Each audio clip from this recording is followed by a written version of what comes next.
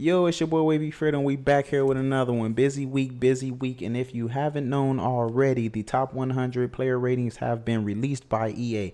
We will be going over the top 10 of them, the top 5 quarterbacks, the top 5 running backs, and receivers, and we will dive into some of them individually. But before we get into that, if you haven't already, like, comment, and subscribe. Let me know if you did see the player ratings, or at the end of the video, let me know what you guys think of the player ratings. So without further ado, let's get right into it. So like I said, the top 100 player ratings have been released by EA, and we will be going over the top 10, starting with cornerback Will Johnson from Michigan at a 96 overall. Second with Will Campbell from LSU, left tackle, 96 overall as well. 3 being Ollie Gordon from OSU, Oklahoma State University, also 96 overall. Fourth, James Pierce Jr. from Tennessee, right end, 95 overall. Caleb Downs, free safety from Ohio State, 95 overall as well. Travis Hunter from Colorado, receiver as they have him, 95 overall as well. Malachi Starks, free safety from Georgia, 95 overall. Quinshawn, hopefully I'm saying your name right, Quinshawn Judkins from Ohio State, running back, also a 95 overall. And Tate Ratledge, he's also a 95 overall, right guard from Georgia. So that is the top 10 of just everybody overall. Now, Will Johnson being the best is actually not surprising, not usual. Also, I don't think the best player in the game has been a cornerback since maybe Charles Woodson. Correct me if I'm wrong. Also a Michigan person. So that is actually very interesting that Will Johnson is the best, and he definitely deserves it. Don't get me wrong. He's by far one of the best cornerbacks in the whole damn league. I mean, the whole country or whatever like that. And just the overall player, just the way he plays, he's dope. Travis Hunter at 95 is actually interesting, but I think what's more interesting is that they have him listed as a receiver. His original listing when he started was a cornerback, so I don't know what they're going to do with this. I'm actually interested to see if he will be playing both sides. I think they should have showed us that in the play now little deep dive or whatever like that. Somebody should have played with Colorado so we can see if we have the option of using him on both sides. This is actually the most alarming part, and I'll do more than 10 for this. The top 10 quarterbacks is led by Shedeur Sanders with a 96 overall.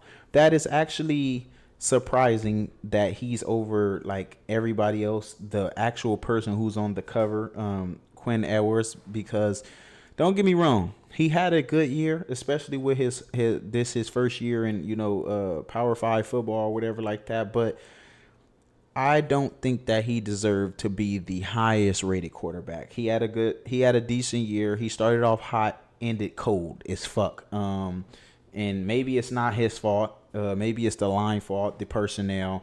But when you break down his game, he has a lot of inconsistencies, and he has a whole lot of stuff that he cannot do. So with that being said, I don't think that he's supposed to be the highest, but Shedeur Sanders is listed at 93. In second, Carson Beck, 93. Dylan Gabriel, 92. Quinn Ewers, 92. Jalen Milroe, a 90. We will definitely be talking about that in a second. Jalen Daniels, 90. Jackson Dart, 90. And Caden Salter, also a 90. Now, this is the thing. I don't give a fuck what y'all say about Jalen Milroe.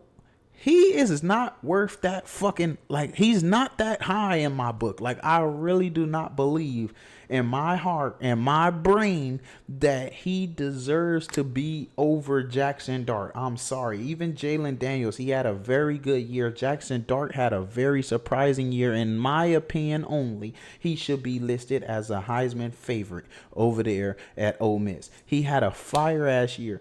Anybody who really feels like he's over, Jalen Milroe is over these two guys, is fucking insane. Now, I do appreciate that they put a gap in between him and the other guys like Carson Beck, Quinn Ewers, and I guess Shedeur, but he does not deserve a 90. 85 in my book. I may have said something different in the past, but the more I watch him, and I actually do watch him, I actually have watched him, and I watch every Alabama game. We have no choice. This is on TV. I do not think I seen 90 overall worth of work. I'm sorry. Now with the receivers, as we said, starting off with Travis Hunter, 95 overall, Luther Burden the third, 94 overall, T. McMillan, I do not know his first name. Titerioa, I don't know, from Arizona, McMillan, 94 overall, Abuka, 93 overall, and Torrey Horton, 91 overall. Now, actually, I think this is very interesting because like a lot of people don't know who Torrey Horton is, and the reason being is because he go to Colorado State. He's actually a very tall receiver. He's great at high pointing the ball. He has like good routes. He has good speed. He has good strength. He has everything that you would want in your NFL receiver. Definitely don't get the light that he deserves until he played Colorado and kind of fucked them up. But he's a good receiver, period. Abuka being where he at also doesn't surprise me. He's like literally like a 93 type of guy. He didn't get to show a lot last year. I believe he was injured, and he had Marvin Harrison Jr. on his team. But he is a very prolific route runner. Great speed. Pretty much, he'll be good in the NFL as well. McMillan, he is also somebody who slept on because Arizona don't really do anything, but he's also a tall receiver, pretty good at everything. Has routes, especially at his size. Luther Burden and Travis Hunter, you already know what they do. So yeah. Now, as a receiver, I don't think that Travis Hunter deserves 95, but maybe he has a whole lot of other stuff because of his defensive traits as well that gives him 95 overall. Don't get me wrong. I'm not saying that he's a bad receiver at all. I'm not saying that at all. But based off what we've seen, I did not see everything that these other guys have displayed. Like McMillan deserves to be higher than him on a receiver standpoint. Now, as an overall athlete, back both sides of the ball, returning everything that he does, of course, we can't deny that. Now, with running back, starting off with Ollie Gordon, of course, 96 overall. His name speaks for itself. You know exactly who he is. If you don't, that's sad. OSU as well. Quinshawn Judkins, whatever the hell, 95 overall as well. And it's crazy they have his speed pretty low. I think he's so much faster than that, but he's shifty as fuck. Omarion Hampton at 93 overall from UNC. If you know, you know. Travion Henderson also at Ohio State. That's actually interesting. They have two people that's high 90s or whatever like that, but he's 93. And Jaden Ott, who's 93 overall as well. Now, this will be actually interesting because I can see people being OP with Ohio State already. Having two high power running backs, having a good quarterback, having the receivers, they always have receivers, and they have a top defense. Like, I can see people being overpowering with them already. Now, if I'm playing with them, I'm running a 2-back set at all fucking times. You will never know where the fuck we going. We finna run options and RPOs all fucking day because we have two guys split backs. We running at all fucking game. I'm putting one of them guys at fullback, and we is running. I don't give a fuck. You never know where this motherfucker going. I got both of them going out on routes because they both have good or decent speed. They both got good cuts, good jukes, whatever like that. They can get yards after the catch. They can catch, and they're just prolific runners all around. So I actually think that is very interesting that they get to have two of the top runners.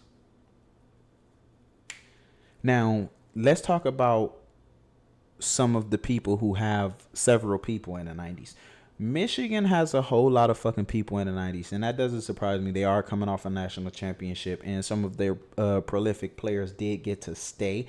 They have a dope-ass cornerback, a dope-ass fucking, I believe they got a dope running back. He's on your screen right now, and they have a D tackle, amongst other people. Ohio State have a huge amount of people in the 90s, a huge amount of good people, period. Oregon as well.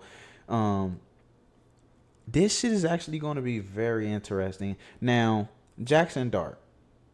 Again, I feel like he should have been higher. I feel like he's he's got it smutted or whatever like that. But that can also just be my opinion. That doesn't mean that it's the exact truth. I have had an eye on him for a while. He did used to go to USC, transferred out of there. But since he's been over there, he has been throwing darts. Literally, he's a very good receiver. And quarterback, excuse me. And he's definitely NFL ready more than fucking Jalen Milroe. Now, Kobe Bryant definitely should have been higher. A cornerback from Kansas. He definitely should have been higher. I put him top three cornerbacks in the league. He's definitely locked down. He tackles and he really actually tackles. He can lay the boom, pause, and he go get touchdowns. Um, but yeah, I think that he should have definitely been higher. Now, USC only had one player in the 90s, and I think it was a left guard or something like that. And I think that that's actually bullshit. Now, I ain't gonna say that to say like we just should have had all of these players, but I think Bear Alexander deserved to be at least a 90. He was one of the best D tackles slash nose tackles in the country last year. He caused a lot of disruption, and he's a household name. People know who Bear Alexander is. He did win a national championship with Georgia a couple years ago. So it is actually alarming that he didn't crack the 90s barrier or whatever like that. Maybe he did, and he's just below the top 100. We'll see about that, but we'll also talk about that in a minute. But I actually think that it's insane that he's not higher. He's better, in my opinion. He's better than some of the people on the top 100 list, but and I don't even think that that contains biasness. But Jalen Milroe over Bear is actually insane to me. Whatever, but whatever. Also, Donovan Edwards being as low as he is actually crazy. I think they got the cover athletes pretty low. This is not actually normal.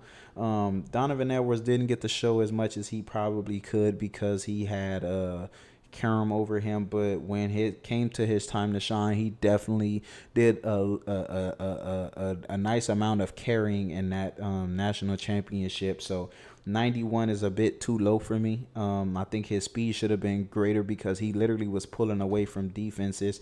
I think 93 could have been fair, but also that could just be my opinion. But also, even with that, we have so many people in the same fucking overalls. Like, if you can just go look at the list, we have so many people at 90 overall. Is fucking insane. This goes back to even like when I was talking about the ratings. We have so many people at the same thing. How the fuck is it a difference? Now I understand it's 134 schools, and I understand it's probably hard to differentiate them or whatever like that. But I really feel like they could have did a better job of sorting players out, if you may. Some people I've seen have problems where they are placing people and what people are rated, but hey, you guys are the experts, right? Anyway, that is all that we have for today. Let me know what you think in the comment section. If you've seen the ratings, let me know who should be higher, lower, who got snubbed. Let me know in the comment section. Make sure you like, comment, and subscribe. Until next time, peace.